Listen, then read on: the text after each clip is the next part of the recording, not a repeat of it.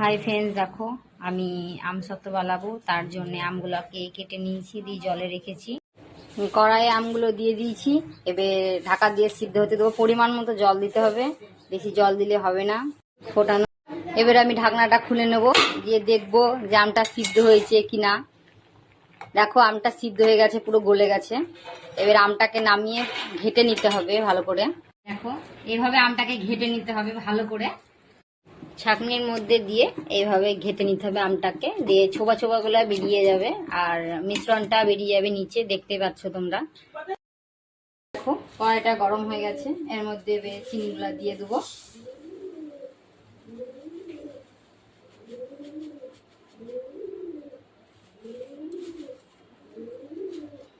পরিমাণ মতো জল দিয়ে দেবো।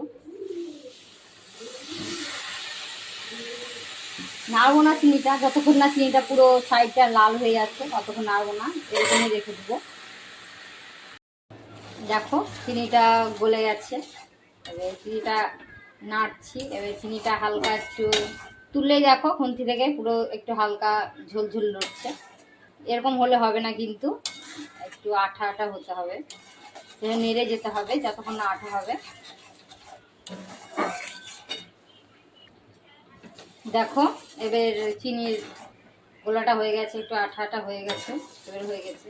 তার মধ্যে আমের মিশ্রণটা এবার দিয়ে দেবো। সব একসঙ্গে দিলে কিন্তু হবে না, হালকা হালকা দিতে হবে এরকম করে।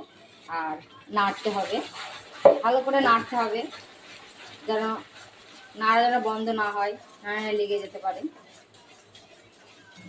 দেখো আমি দিয়ে দিচ্ছি এরকম করে, পুরো নেড়ে নিলাম। ভালো করে নেড়ে নিতে হবে, নাড়লে লেগে যাওয়ার চান্সটা থাকবে, নেড়ে যেতে হবে।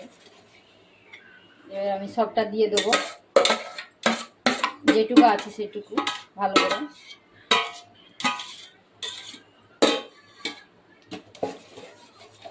দেখো দিয়ে দিলাম সবটা, এবার নেড়ে যেতে হবে ভালো করে।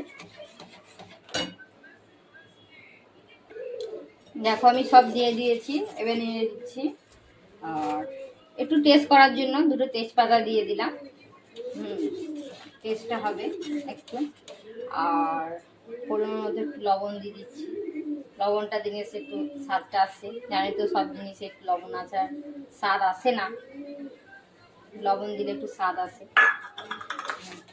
নেড়ে নিলাম ভালো করে।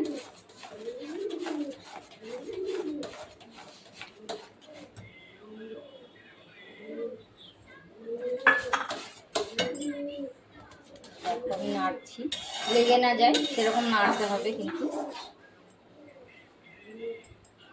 তোমরা একটু চেখে দেখে নিতেও পারো পরে, যে মিষ্টি যেরকম খাবে তোমরা, নুনটা একটু দেখে নেবে পরে। তোমরা পরিমাণ মতো দেবে, তোমাদের ইচ্ছে মতো তোমরা দিয়ে খেতে পারো যেরকম হয়।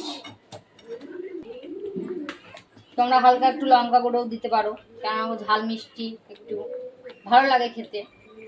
তোমরা না দিলেও পারো, তোমরা যেরকম খাবে, যেরকম ইচ্ছে তোমাদের, না দিলেও হবে। আমি একটু দিলাম, কারণ একটু ঝাল ঝাল মিষ্টি মিষ্টি বেশ ভালো লাগে খেতে, এটা টেস্ট লাগবে খেতে, সেই জন্য দিলাম।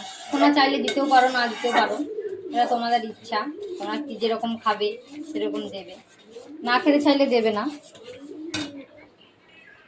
চলো আমার মিশ্রণটা হয়ে গেছে, আমসত্ত্ব মিশ্রণটা হয়ে গেছে। এবার আমি গ্যাসটা বন্ধ করে দেবো। দেখতেই পাচ্ছ তেলের মধ্যে, মানে থালার মধ্যে সর্ষের তেল নিয়ে নিয়েছি।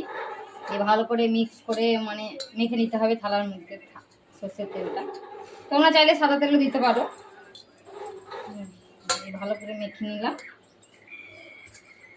কারণ মাখলে সর্ষের তেলটা দিলে মানে আমসত্ত্বটা ভালো উঠবে, সেই জন্য দিয়া। দেখো মেখে নিচ্ছি ভালো করে, চারি ব্যাগ মেখে নিতে হবে ভালো করে।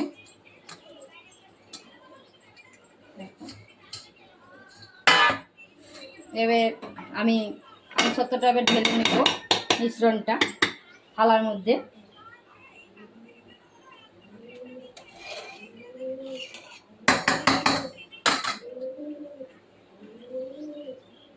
আমি যে তেজপাতা দিয়েছিলাম সেটা তুলে ফেলে দিচ্ছি, কারণ ওটা দিলে বসবে না, ভালো উঠে থাকবে, সমান হবে না।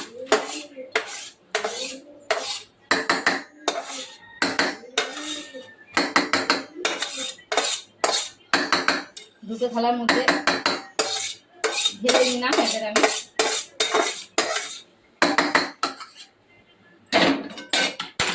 ভালো করে নেড়ে দিতে হবে, সমান করে নিতে হবে চারি ব্যাগটা,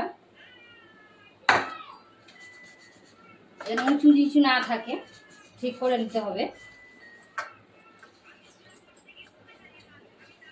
চলো আমার রেডি। ভালো লাগলে লাইক কমেন্ট শেয়ার করে দিও। এবার রোদে দেওয়া পালা, চলো রোদে দিই ছাদে গিয়ে। দেখো ছাদের মধ্যে চলে এসেছি, রোদে দিয়ে দিয়েছি, এবার শুকোবে, শুকালেই হয়ে যাবে আমসত্ত্ব।